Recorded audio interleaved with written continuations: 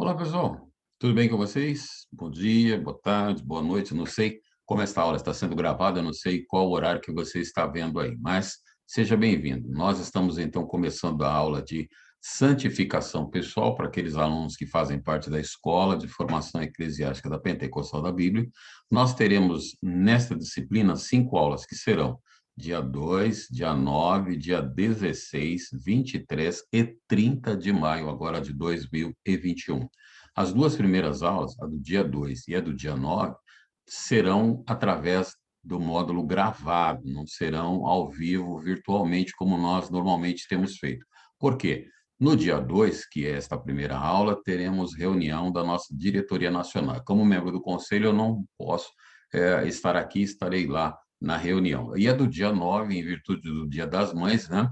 Vocês aí têm um pouco mais de liberdade, né, para poder comemorar da maneira que vocês acharem melhor e que melhor lhes convier. E, assim, a partir do dia 16 de maio, nós, então, caminharemos no módulo aí virtual, mas todos juntos e ao vivo. Quero começar, então, como normalmente nós fazemos, quero começar dando para você aí como vai ser a avaliação. A avaliação vai ser feita do seguinte: como a nossa disciplina é santificação pessoal, nossa visão nós estaremos olhando, vamos dizer assim, para a questão da sua vida pessoal com Deus.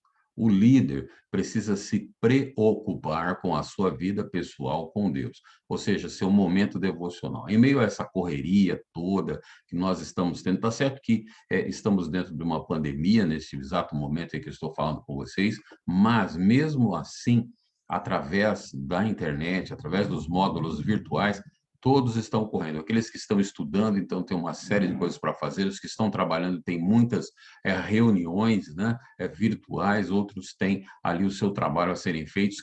Quem já está na direção da igreja, então tem que procurar aí conteúdo, fornecer conteúdo para a membresia, visitar, né, a membresia através aí do telefonema, através aí de um vídeo, através aí de um aplicativo, sem contar com a correria para dar conta, né, das suas atividades e compromissos pessoais, do cuidado para com a sua família. Então, mesmo estando com distanciamento social, mesmo estando em meio a uma pandemia, uma dificuldade de locomoção, todos estão correndo para lá e para cá. Então, como é nosso costume, nós já de entrada dizemos quantas serão as aulas, então nossas aulas serão em número de 5, e qual será a avaliação. Esta avaliação, dessa vez, então, vai focar na preocupação que, mesmo em meio ao seu corre-corre, você que está se formando, ou se formará e tornar-se-á um líder, ou já é, deverá, no meio da sua correria, encontrar um momento para ter um momento com Deus.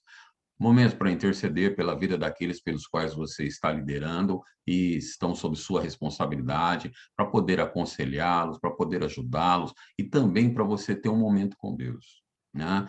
Nós, pastores, líderes, estamos nos acostumando a uma coisa muito ruim, ou seja, pegarmos a nossa Bíblia, separarmos o momento apenas com a preocupação do que nós vamos falar com a igreja, do que nós vamos comentar com o nosso povo, né, do que nós vamos fazer aí para estar entregando ao nosso povo, né, uma mensagem, estar nos preocupando aí com o nosso povo. Só um momento aqui, deixa eu acertar aqui essa questão do meu telefone, parar de incomodar, né? Parar de incomodar, eu poder me concentrar melhor.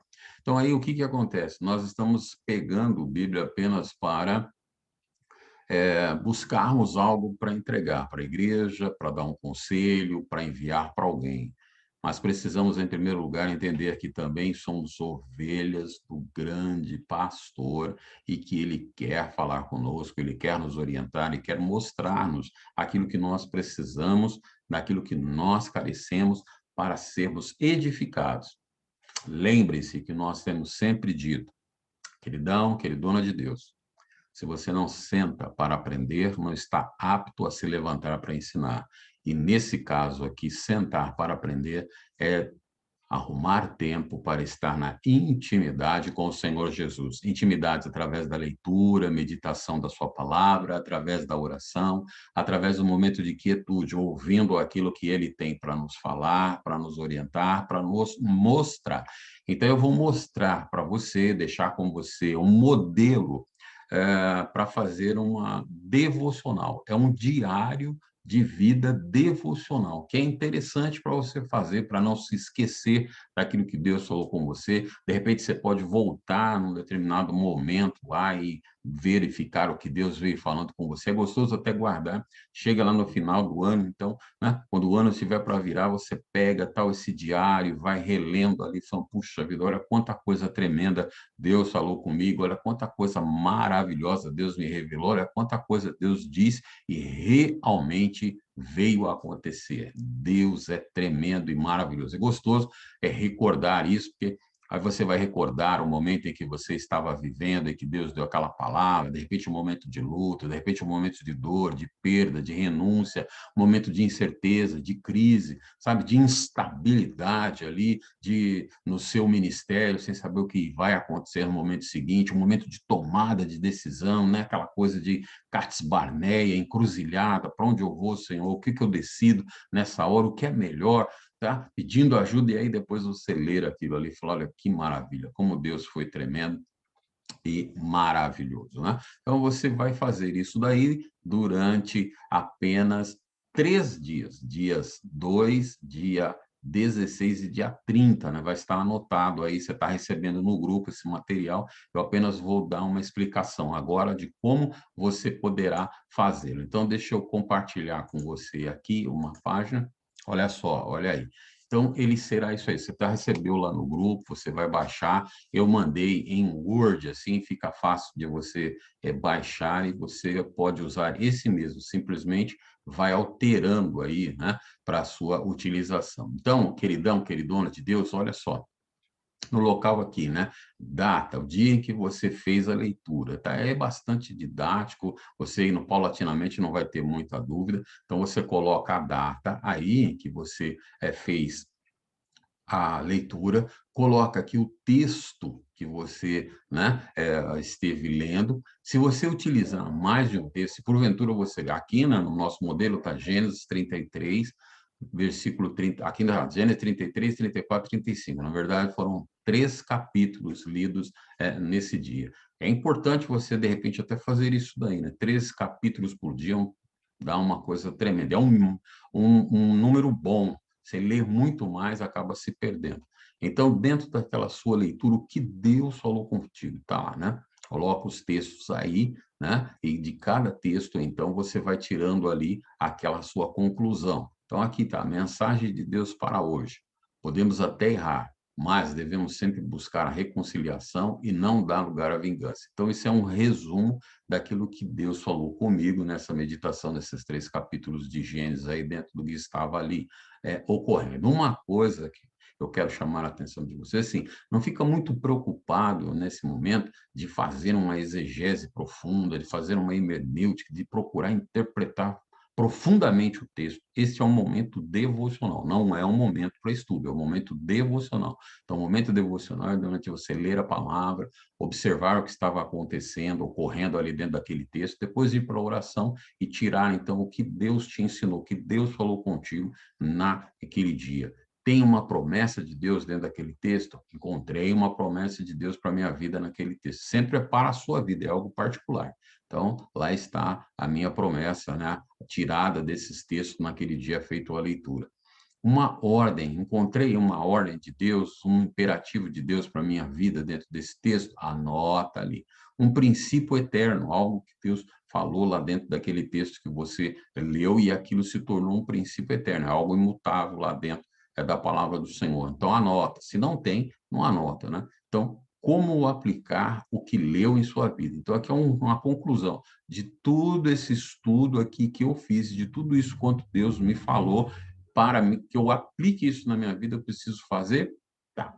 Entendeu? Tranquilinho, então, essa é a questão. Você vai fazer Com referência a esses dias, está lá no grupo. Se você tiver dúvida, então pode postar no grupo lá a sua dúvida, e nós vamos procurar esclarecer para você, tá bom? A língua quase deu um nó aqui. Vou procurar deixar claro para você aí as coisas, e nós vamos assim caminhando. Isso vai ser entregue no dia 2 de junho. Nossas aulas irão até o dia 30 de junho. Nós teremos aula, repetindo, 2, 9, 16, 23 e 30 de junho. De maio, perdão. Teremos aula dia 2, 9, 16, 23 e 30 de maio. E no dia 2 de junho, mês 6, você então deverá encaminhar para o e-mail que está marcado lá esse material, tá ok? Acho que está bem claro. Se ficou alguma coisa aí que você não conseguiu compreender, posta lá no grupo e nós vamos esclarecer. Maravilha, então, vamos caminhar na aula de hoje para glória e a honra do nosso Senhor Deus Todo-Poderoso. O tema, então, da nossa disciplina é santificação pessoal. Vamos ver o que isso quer dizer, que temos para aprender na aula de hoje. Espelho, espelho meu, existe alguém mais espiritual do que eu? Quando se falamos em santificação, o que acontece normalmente, queridão, queridona de Deus, é mais ou menos essa dicotomia aí, né? Nós geralmente nos valorizamos demais e achamos que estamos espirituais demais porque fazemos isso ou aquilo, e muitas vezes não é bem desta maneira, né? Penso que a verdadeira santidade não se constitui apenas de sentir ou pensar de maneira santa, como asseveram alguns. Ela, a meu ver, deve constituir-se de uma demonstração prática de vida, na qual se observam atuações da graça divina em nosso ser. Ou seja, não é simplesmente porque eu penso, eu imagino, eu sinto no meu coração que é assim, e isso é verdade.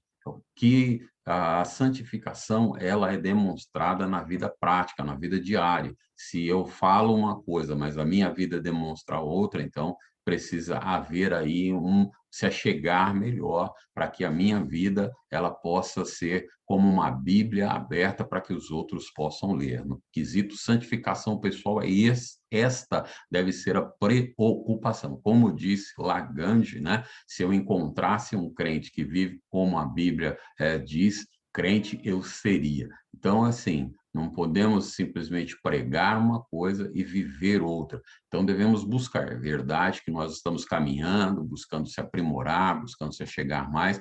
Precisamos a todo momento rever, caímos, escorregamos, mas entender que é o Senhor quem faz. Então, quanto mais eu me chegar ao Senhor, mais Ele vai purificando, limpando a minha vida e me separando para o louvor da sua eterna e soberana glória. Santificação não é algo, né? A santidade é algo que Deus impõe em nós, é algo que Deus faz em nós. Não somos nós que fazemos. Eu não sou santo porque eu faço isso, aquilo outro, mas a minha vida vai sendo alterada, e conforme ela vai sendo alterada, e lembre-se, Deus altera de dentro para fora. Então, ela não está, como alguns criam, no passado, né? É santo porque usa essa roupa, porque tem esse procedimento, porque carrega a Bíblia desse jeito. Santos são todas as atitudes, e não apenas usos e costumes. Não é porque eu ponho uma roupa assim ou assado que eu me tornei mais santo. Aquilo deve ser expressão do que já está no meu interior, porque muitas vezes o exterior mostra uma coisa, mas o interior também está em completa contradição. Então, precisa haver aí, né, uma associação, não pode ter uma dicotomia, eu falo algo e faço diferente, não pode ser eu vivo algo, mas no meu interior é algo completamente diferente. Precisa haver uma convergência para essa realidade do ser de santos, porque eu sou santo. Paulo, né, escrevendo ali aos irmãos de Tessalônica, ele diz assim, olha, perdão, volta um pouco aí. E o mesmo Deus de paz os santifique em tudo, e todo o vosso espírito e alma e corpo sejam plenamente conservados, irrepreensíveis para a vinda de nosso Senhor Jesus Cristo. Eu gosto muito desse texto, até porque quando falamos em santificação pessoal, quando falamos em santidade de vida, o que ocorre é que muitas vezes nos esquecemos dessa tricotomia, e espírito, alma e corpo. E quando não há uma convergência desses três viverem, expressarem essa realidade, é onde nós vemos aí algo bastante diferente, né? Uma fala de um jeito e procedimentos de outro, a vida não condiz com aquilo que a palavra diz, não condiz com aquilo que se entende que é ser cristão, e isso cria um problema terrível. Santidade, então, está muito além dessa falsa crença que o mais santo é o que ora mais, ou que ora assim ou assado, ou aquele que profetiza ou simplesmente rodopia nas reuniões da igreja local, gritando feito louco, né? Um paradigma aí que nós tínhamos da nossa praxis, né? É um pentecostal, de que se é santo, faz-se desta maneira, um dogma, né? A roupa tem que ser assim, a Bíblia tem que carregar assim, é dessa maneira que se porta se a pessoa não rodopiava, não falava em línguas, etc. e tal, dizia que ela não estava cheia do Espírito Santo e que, portanto, não era dele, e aquelas coisas tremendas, mas nem sempre é assim, e nós vamos descobrir no decorrer desta aula aí, tá bom? Vamos caminhando. No Antigo Testamento, as palavras que se traduzem por santificação, santificar e santo, implicam em separação. O fato fundamental indicado pelo uso dessas palavras é a santidade de Deus. Ele é santo, o santo de Israel, como a palavra do Senhor diz. Então, havia no Antigo Testamento três palavras que traziam em si esta premissa, né, de santidade, santificação, de separação, de purificação. Kodesh, que é um substantivo que significa separação, santidade. Kodash, verbo, separar. Kadosh, adjetivo, quer dizer santo. A pronúncia, às vezes, pode não estar tão boa assim, mas sabe, cada vez que entramos aí pela questão de outras línguas, nem sempre, né, falta-nos o sotaque. E aí a pronúncia, às vezes, fica um tanto quanto prejudicada, né? Mas, em suma, na verdade, é esta questão aí. Ou seja, a questão de separação. Essas três palavras traziam, então, no seu bojo, elas eram usadas e elas vão aparecendo aí, né, alternadamente durante todo o Antigo Testamento, e é tão vasto isso que não dá para vermos. Separamos um pacotinho aí, um pouquinho, para dar uma ideia para você. Depois você se aprofunda, até porque nós só temos 5 encontros e não dá para a gente estudar tudo isso. Mas a ideia era essa daí, a ideia de ser santo é a ideia de estar separado, a ideia de se estar purificado, né? De haver diferenciação, as pessoas colocarem ao lado e poderem terem a condição de dizer esse não é, através daquilo que ela consegue ver, perceber, aquilo que é perceptível, né? Na vida da pessoa. Êxodo, capítulo 3, versículo 5, vai nos dizer o seguinte: não se aproxime mais, o Senhor advertiu. Tire as sandálias, pois você está pisando em terra santa. Então, a ideia de que um local é santo. É evidente que, se você tivesse a oportunidade, eu tivesse a oportunidade de irmos até lá, aquele exato local onde estava ali a sarça ardente, onde Moisés teve esse encontro aí, né, com o Senhor e conversou com ele, não haveria diferença entre o espaço onde Deus disse para Moisés, este lugar é terra santa, e um outro onde Moisés estava. Se fosse pegar a terra, né, ou a areia ali do deserto e observar o que estava acontecendo, perceberia que não tinha diferença, eram iguais. A diferença é que naquele espaço onde Deus se referiu a Moisés, aquele espaço era santo porque a presença de Deus estava ali, porque Deus estava ali se manifestando através da sarça. Então, naquele momento, o local onde a sarça estava, a terra ao redor, tudo se tornou santo por causa da presença do Senhor que ali estava. Você está entendendo? Então, quer dizer, a sua vida, a minha vida, a nossa vida, tornar-se-á santa não porque fizemos isso ou aquilo, ou porque estamos fazendo alguma coisa, mas por causa da presença do Senhor que está em nossas vidas. Tá? A santidade é de Deus, nós não temos santidade nenhuma, ela pertence ao Senhor, e o Senhor compartilha dela conosco, quando nós damos lugar, quando nossa vida está servindo de templo, de morada, de habitação do Espírito Santo de Deus. Lembre-se que o templo lá, a igreja, como nós a conhecemos, né, no quesito de físico, no quesito de construção, ela é santa por quê? O Deus que está em nós santifica aquele lugar no momento que estamos ali, mas aquele lugar não pode comportar o Senhor. Por acaso poderá um lugar feito por mãos humanas comportar o Deus eterno, o Deus tremendo e maravilhoso? Não, mas ele habita na minha e na sua vida, que é um tabernáculo que não foi constituído por mãos humanas. É isso que a palavra do Senhor vai nos orientando aí de ponta a ponta. Então, essas palavras, né, essa questão do santo é essa questão de separação. Então, aquele pedaço, naquele momento, se tornou terra santa porque o Senhor ali estava. No momento em que o Senhor se afastou de lá, era uma terra normal, igual a qualquer outro lugar ou qualquer outra terra daquela região. Compreendeu? No primeiro e no sétimo dia da festa, todo o povo celebrará um dia oficial de reunião sagrada. Não será permitido nenhum tipo de trabalho nessas datas, exceto o preparo da comida. Êxodo 12, verso 16, Deus então falando. Então, a questão daquela reunião se tornar sagrada, também porque era algo separado. No primeiro dia, do sétimo dia da festa, vai estar separado ali, será um dia oficial, teremos uma celebração oficial. Então, aquele dia, aquele momento, aquela reunião estava separada, então, consagrada ali ao Senhor. Era algo separado para Deus, naquele momento, percebe? Então, a questão também está voltado a uma reunião ser uma reunião sagrada, uma reunião santa, uma celebração. É por isso que, muitas vezes, nós nos esquecemos, né? E aí precisamos dar uma repassada, uma repaginada na questão dos nossos cultos, nossas liturgias. Às vezes não valorizamos isso, aquilo, achamos que esse ou aquele momento, né? De repente vai lá um grupo chamado Grupo de Louvor, que se auto-intitula Levita, nós somos levitas da casa do Senhor, e dizem que aquele momento é um momento santo, sagrado, porque é um momento separado, onde que vamos entregar o louvor ao Senhor.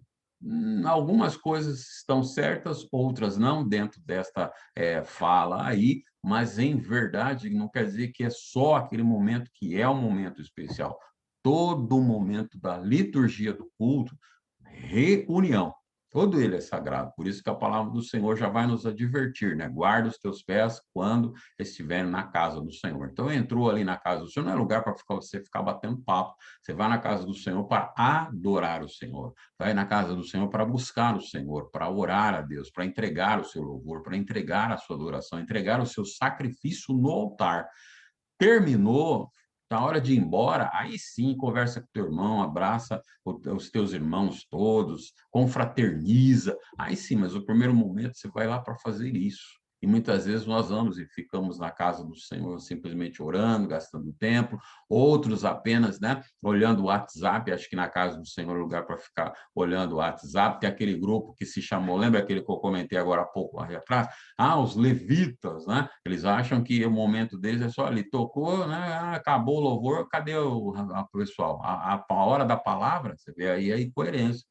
A hora da palavra não é uma hora, uma reunião sagrada, um momento separado para Deus. Por quê? Porque simplesmente estão lá fora batendo papo, né? Olhando as redes sociais. Então, percebe as incoerências, né? Se nossa fala é uma coisa, mas nossas atitudes vão totalmente na contramão. Então, esta aula é para fazer com que você tenha esse olhar, você tenha essa percepção de que nós servimos a um Deus e esse Deus é um Deus santo.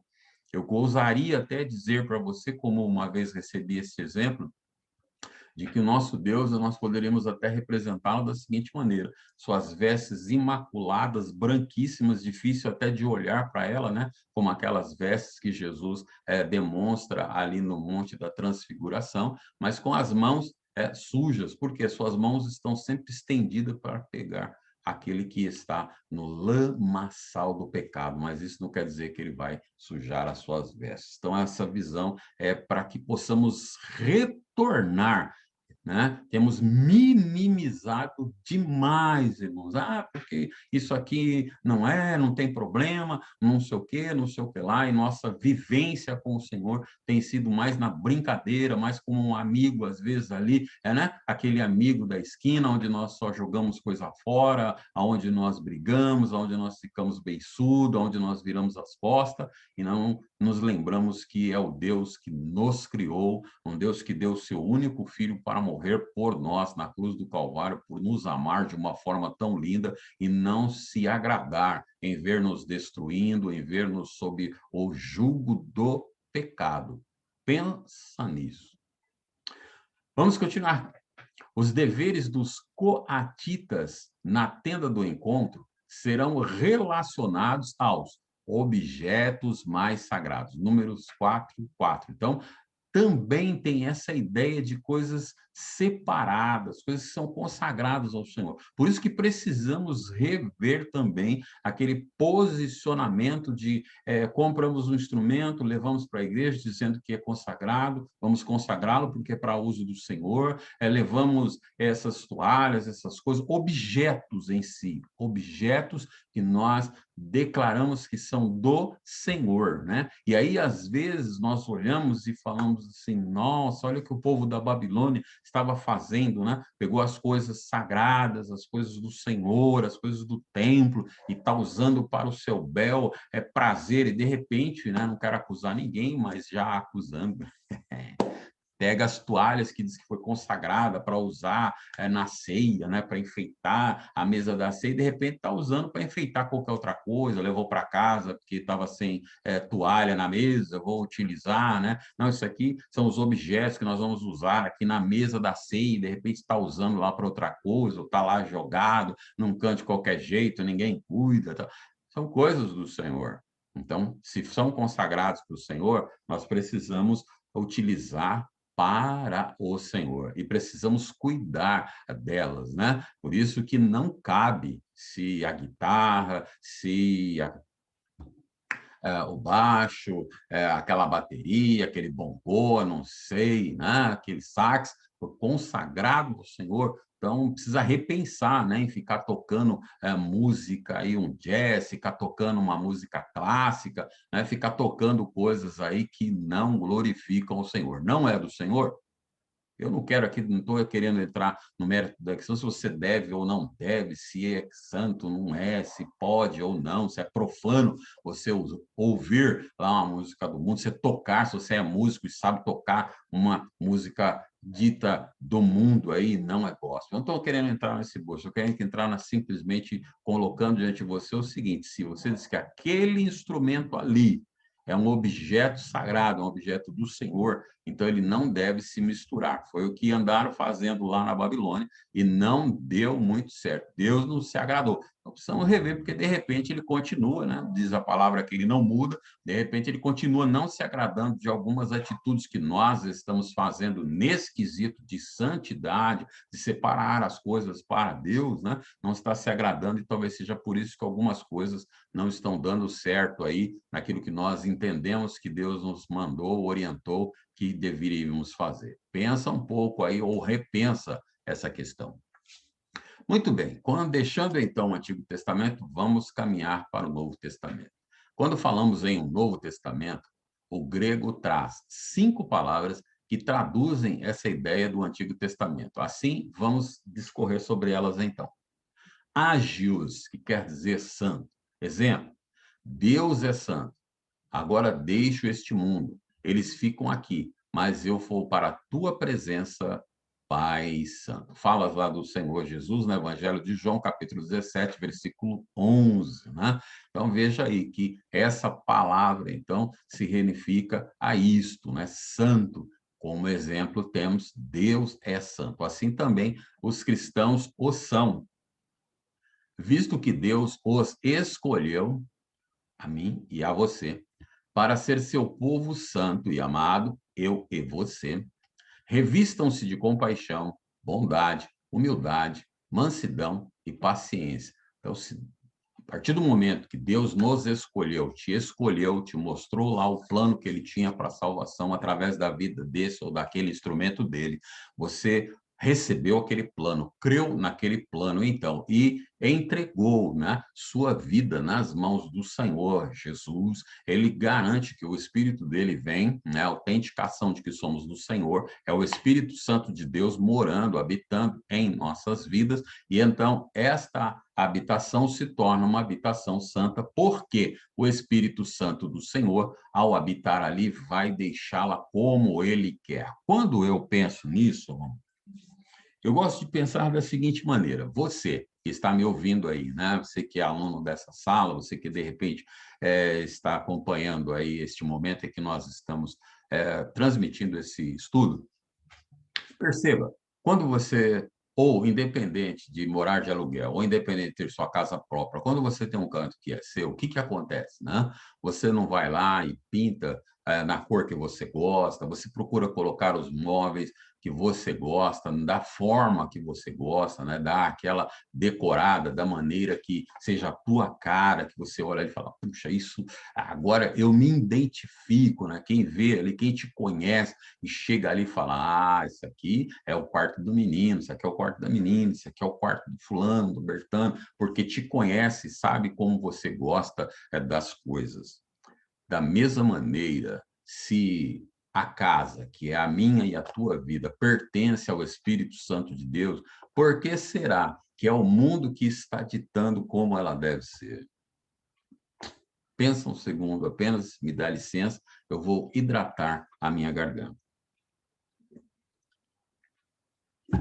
Na verdade, se a casa pertence ao Senhor e o Espírito dele, ele em espírito está habitando ali, a casa tem que ter a forma, o jeito, a maneira do Espírito Santo de Deus. Deus, santificação espiritual, santificação pessoal. É essa a realidade, é o Espírito dando o jeitão, nos tornando a maneira que Deus assim quer. Para que aquele que olhe de fora fale assim, essa casa aí é a casa de Deus. Esta pessoa é alguém de Deus, por causa das atitudes, e não aquela fala, né? Como é que pode uma pessoa como essa dizer ou arrojar-se ser um filho de Deus? Agiadzo, separar coisas para o uso divino. Agiadzo, separar coisas para o uso divino. Tá? Então, não dá para colocar todos os textos aí, mas está a referência, depois você vai lá dar uma olhada. Né? Mateus 28, 23, 18, também em 1 Timóteo, capítulo 4, versículo 5, questão de separar coisas para o uso exclusivo do Senhor. A jasma aponta para o santuário. Tomou a prata, o ouro, os vasos preciosos e os tesouros ocultos que encontrou. Esse é um texto, né, apócrifo que está lá no livro de 1 Macabeus, capítulo 1, versículo 23. Se você tiver uma em mãos ou puder acessar uma Bíblia aí católica, né, então você vai encontrar esse livro apócrifo e vai ver esta colocação aí, ou seja, aponta para o santuário, aquilo que está sendo separado e colocado no templo e ali deixado para que seja de uso exclusivo do Senhor. Agiasmos, consagração, santificação. Referência para você dar uma olhada, tem tantas outras, mas não dá para ficar, né? Elencamos algumas só para como modelo, como eu já disse, como exemplo, mas dá para verificar muitas outras. Então, Romanos, capítulo 6, versículo 18 e 22. Não é 18 a 22. Você vai ler apenas o 18 e o 22, entendeu? 18, aí pula 19, 20, 21, lê o 22. É isso que essa referência aqui está querendo dizer. Não vai se enrolar e depois não saber conseguir entender bem o que o texto quer dizer. Também em 2 Tessalonicenses, capítulo 2, verso 13. A Josume, santidade, conforme está expresso em Romanos 1:4 e 2 Coríntios capítulo 7, versículo 1. Agiostes, que indica a santificação como um estado e não como um processo santificador. É um estado em que você já está, né? Existem algumas coisas também, santificação, ela é um estado e um processo. É um estado, porque a partir do momento que você creu nessa pessoa maravilhosa de Cristo, os três, Pai, Filho e Espírito Santo, estão habitando em você através do Espírito Santo de Deus. Ele está ali habitando como representante aí da Trindade, né? É dentro da minha e da sua vida. E com isso, o Senhor vai viver através de nós, as atitudes vão ser as atitudes de Deus, a fala vai ser a fala de Deus, e nossa vida vai sendo mudada, transformada a cada momento. Mas, como vamos ver lá na frente, eu não quero adiantar muito, o homem tanto recebeu por hereditariedade o problema do pecado, como também tem sua evolução pessoal. E nessa evolução pessoal, ele vai cometendo pecado. Ou seja, você está aqui, nós estamos numa caminhada até aquele momento em que o Senhor nos chamar e retornarmos para Ele, e nessa caminhada nós erramos. Por exemplo, nesse momento em que você está me vendo aí, o que você já fez de errado? Já soltou uma mentirinha, por exemplo? Já enganou alguém? Já disse que ia fazer uma coisa e não fez? O que aconteceu? Já deu um nome, enrolar. Somos seres humanos e, infelizmente, existe uma coisa que é o mundo ideal e o mundo real. No mundo ideal, não aconteceria nada disso, porque somos do Senhor e teríamos uma vida realmente santificada. Mas, no mundo real, nós tropeçamos, às vezes por causa de influência dos outros, ingerência de alguns das nossas próprias vidas, ou por algumas coisas que nós ficamos amarrados, algum trauma, algum medo, alguma coisa nesse sentido, e acabamos, então, por fazer coisas que não deveríamos. Então, ela é um processo também. Mas aqui, nesse texto que nós estamos mostrando, vai mostrar um estado de santificação e não um processo apenas. Conforme você vai discorrendo, formos discorrendo, conforme você for aprofundando-se mais no tema, com certeza vai ficar mais claro para entender. Como eu disse, nós temos um tempo muito curto e é difícil de se aprofundar em cada meandro, ruela, em cada situação que vai se descortinando aí quando vamos discorrendo sobre um texto bíblico, um tema bíblico, não um texto, um tema bíblico. No ensino dos apóstolos, a palavra santificar tem o sentido não só de pôr à parte ou consagrar, como o caso da mulher ou do marido incrédulo, conforme o texto de 1 Coríntios, capítulo 7, versículo 14, mas também o de purificação e direção do homem pela obra do Espírito Santo. A santidade do povo de Deus tem como base a salvação em Cristo. Essa salvação processa uma transformação moral através da santificação. Veja que é uma transformação, não é mudança. Transforma porque ele entra e aí toma conta, a vida que eu tinha já não mais me pertence, pertence a ele e, consequentemente, então, muda, transforma-se de uma forma tremenda, é outra coisa. Quando se transforma, dificilmente consegue voltar-se atrás, né? Mudanças, às vezes, voltam, retrocedem, no caso. O texto mencionado lá é um texto que vai chamar a sua atenção para o sentido daquele negócio, aquela situação de que a pessoa está casada ali, tem filhos, uma vivência maravilhosa. Aí um dos cônjuges, marido ou a esposa, né, marido ou a mulher, converte-se ao Senhor, passa a acompanhar essa ideologia religiosa, entregou a vida a Cristo, e a outra parte não. Então, pela presença de Deus na sua vida, meu irmão, minha irmã, dentro daquela casa, tudo ali se torna santo, porque a presença de Deus está lá. Não tem nada a ver com a salvação. Torna-se santo. Então, os filhos são uma herança do Senhor, são santos. Então, precisa parar de chamar que são filhos rebeldes, que são pessoas que não têm condição. Precisa parar de amaldiçoar. Sua boca agora é uma boca que santifica, né? Ela tem poder. Lembre-se lá o que a palavra do Senhor diz: a poder da morte, o poder da morte e da vida estão na palavra. Então, professa a palavra, profetiza a bênção sobre a vida do seu esposo, da sua esposa, dos seus vossos filhos, para que o vosso lar seja um lar que demonstre essa santificação e essa presença gloriosa do Senhor ali, através da sua vida, com certeza vai arrebanhar, vai ganhar todos aqueles outros. É pela demonstração, pelo exemplo, que vai, com certeza, impactar. Lembre-se que o carcereiro lá foi impactado pelo exemplo. Não é o abalo, não foi o abalo das cadeias, do jugo caindo, não, não, não, não, não. O que abalou, impactou a vida do carcereiro foi que, na oportunidade que Paulo, Silas tinham de ir embora, de fugir daquela prisão, eles continuaram lá aguardando tranquilamente. E o impacto que deu na vida daquele carcereiro foi olhar esses homens. Olha, o normal seria eles agora já terem fugido, sumido daí, ao aproveitado a oportunidade que eles tiveram de estarem livres deste cárcere. Ele foi impactado porque aqueles homens agiram na contramão da normalidade, né? Na contramão do que o mundo dita. E por isso ele quis chegar lá e saber o que estava acontecendo e recebe o evangelho, e o evangelho, então, muda a vida dele pela aceitação da presença de Cristo em sua vida. Percebe? Então, com certeza, você que é um bom estudante aí, já está seguindo para o final do curso da AF, com certeza já aprendeu todas essas coisas aí na presença do Senhor. Então, vamos lá. Não tem como falar sobre esse tema sem falar sobre o ser humano, evidente. Por quê? Porque é no ser humano que vai agir, né? Então, vamos dar uma pequena, por isso que está ali, pequena introdução. Não vamos falar, não vamos entrar e discorrer, porque o tema é muito amplo. Antropologia. Definição dela, ramo da história natural que trata das espécies humanas, né? Antropos, o homem, né? O Homo sapiens, e é por isso que nós vamos dar uma pequena ideia para você ver como a ação de Deus é tremenda aí para tornar a nossa vida uma vida santa. Portanto, a partir dessa definição, entendemos que ela faz parte da biologia, sendo a ciência das coisas vivas em geral. Aqui, o gênero humano.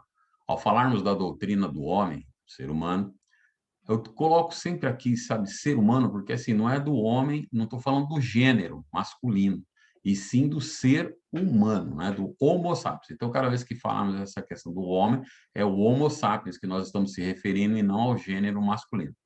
Pensando em santidade, nossa linha de atuação deve seguir forçosamente duas vertentes. Quando eu falo em santificação, com referência ao ser humano, eu preciso pensar de duas maneiras. Primeiro, tentar entender o que o homem é, né? E aí vamos pensar em sua evolução natural. Segundo, o que o homem faz, sua história, cultura, seu relacionamento com as coisas materiais, consigo mesmo e com os outros. Quem é, né?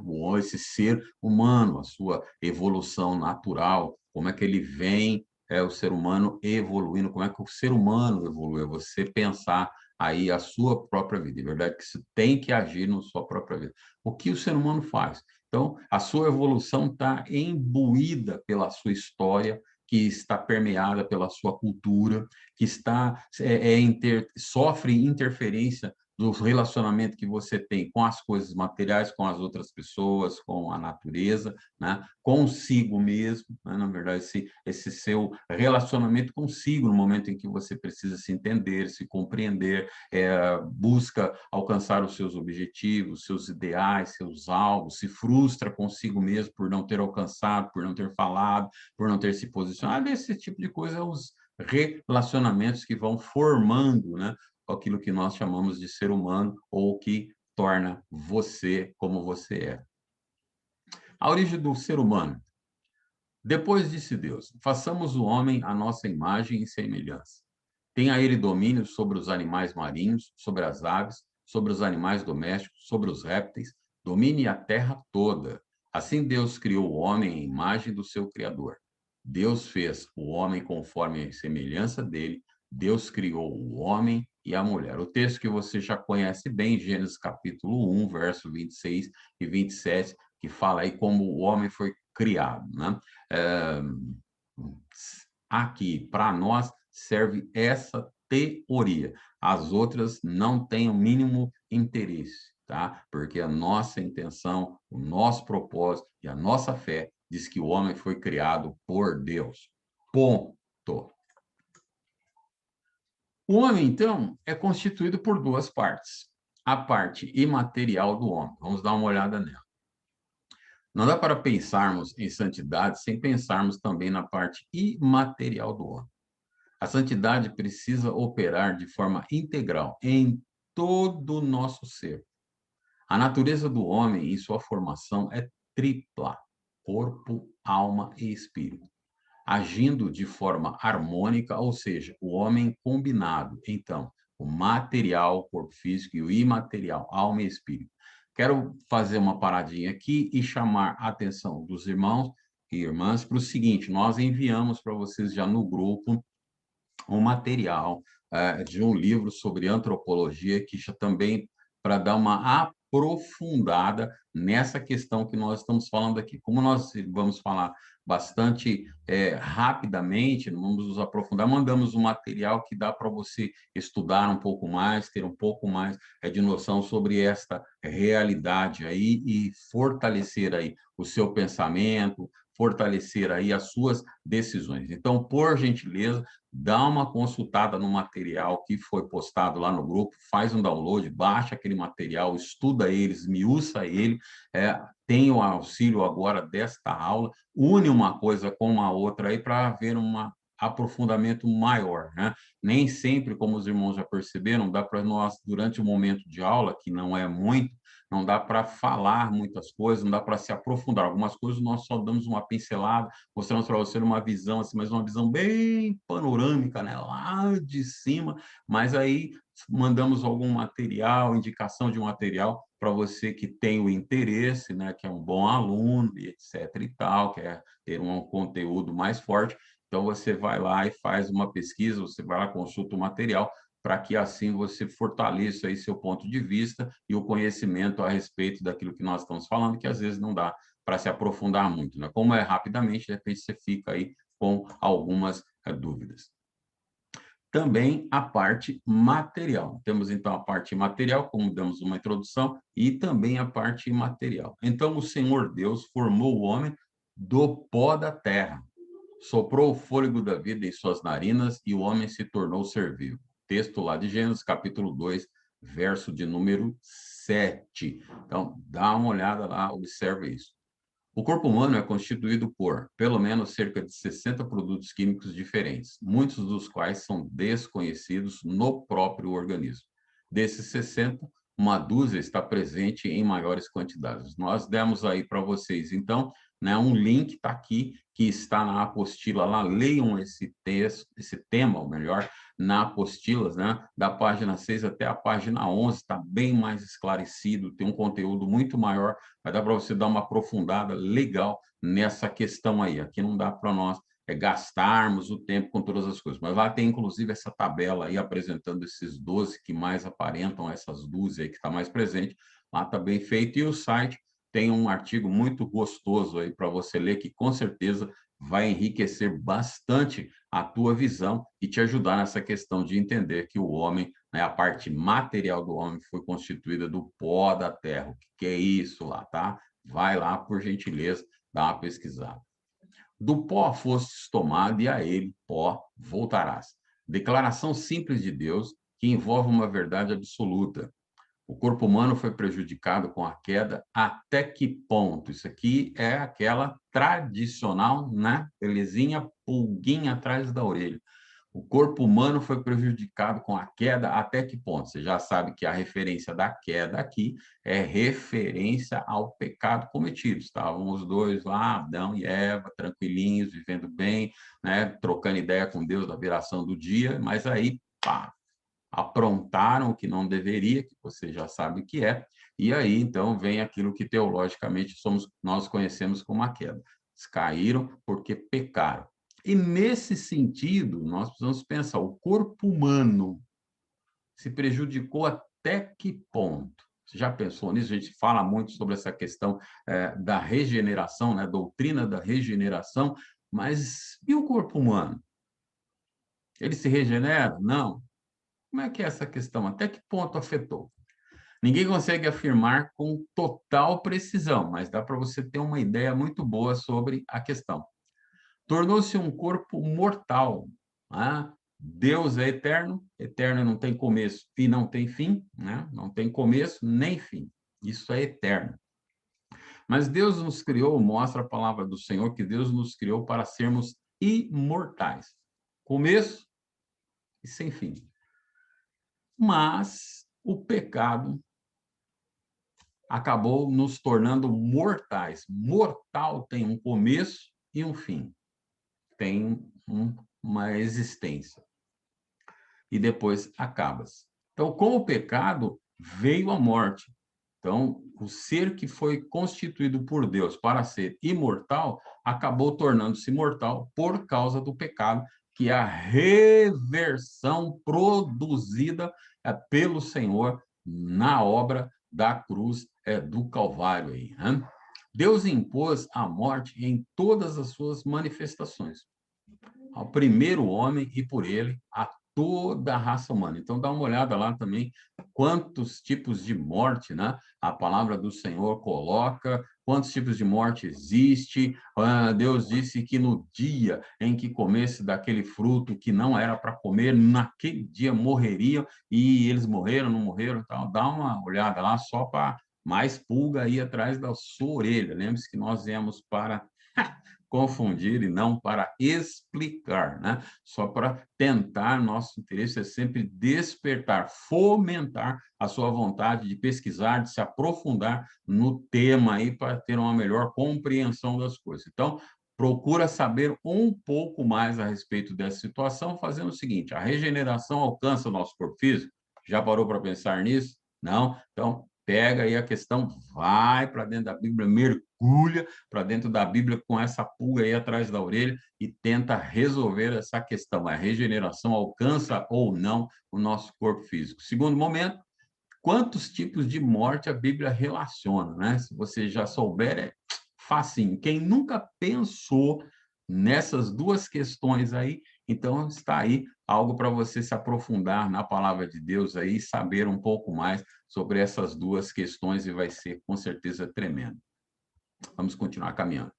Quando Adão pecou, o pecado entrou na raça inteira. Todos nós estamos ali representados em Adão, no primeiro casal. O pecado dele espalhou a morte pelo mundo todo, de modo que todas as coisas começaram a envelhecer e morrer, porque todos pecaram. Romanos capítulo 5, versículo 12, é o princípio da hereditariedade. O pecado entrou no primeiro homem, e aí nós todos, né, a raça humana que estava nele e advindas dele, todos já nascem em pecado. Em pecado fui concebido e em pecado me gerou a minha mãe, é o que o rei Davi diz, né? Diz que com referência a isso, então, o Senhor nosso Deus não teve pecado porque nasceu de uma maneira diferente ou porque foi concebido de uma maneira diferente. Qual é a situação que faz com que o pecado do que atinge, que alcança o ser humano, né? O ser humano já nasce em pecado, não alcançou Jesus? Mais uma pulga atrás da sua orelha aí. Puxa vida. Porque são todas essas questões, irmãos, que vão formatando a nossa ideia e nos ajudando a nos separarmos, desviarmos de determinadas coisas que nos levam nessa nossa evolução natural, nesse nosso crescimento como ser humano, nessa peregrinação por essa terra, às vezes termos uma vivência que não demonstra que somos realmente do Senhor, que a nossa vida é uma vida que está nas mãos dele, que não mais vivemos, mas ele vive em nós, etc, etc, etc, etc. Esse texto, então, de Romanos, capítulo 5, versículo 12, ele mostra duas coisas bem claras para nós. Primeiro, a penalidade se estendeu a todos. Todos pecaram, então são passíveis de morrer. A morte nos alcança, por isso temos uma vida finita no primeiro momento. Por quê? Consequência, salário do pecado. O pagamento pelo pecado é a morte, como a própria Bíblia nos diz. E o princípio da hereditariedade. Toda a humanidade estava representada em Adão. Através, então, de Adão, o pecado entrou no ser humano, e quando o ser humano nasce, né, então ele já nasce em pecado por causa do problema dessa situação. Mas vai ver por que Jesus se diferenciou, aquele que não viu o pecado, né? Por que será que Jesus, se ele veio aqui, se ele nasceu de mulher, se ele peregrinou por essa terra, por que diz que ele não teve pecado? Vai dá mais uma pesquisada, isso vai te ajudar nessa questão de formar a mentalidade com referência à santificação pessoal. Puxa vida, que legal, né? Nossa aula leva um pouco mais quando é ao vivo, mas aqui não dá para a gente gastar muito tempo, porque você vai sentar simplesmente e não vai interagir, e aí torna-se cansativo e nós não queremos que você perca o interesse. Então, maravilha? Fim, abraço, se cuidem, até a próxima aula. Relembrando, não permitindo que você se esqueça, procure saber um pouco mais, né? Então, a regeneração alcança o nosso corpo físico? Sim ou não? Por que será? Né? Vai pesquisar para você ter ideia. Se quiser, tem liberdade, se quiser, postam lá no grupo, vamos fomentar aí uma discussão sobre esses pontos lá no grupo, lá, que serve para o nosso crescimento, como tem sido aí, né, nas nossas aulas, nossa dinâmica. Quantos tipos de morte a Bíblia relaciona? Onde estão? Que tipo é esse daí?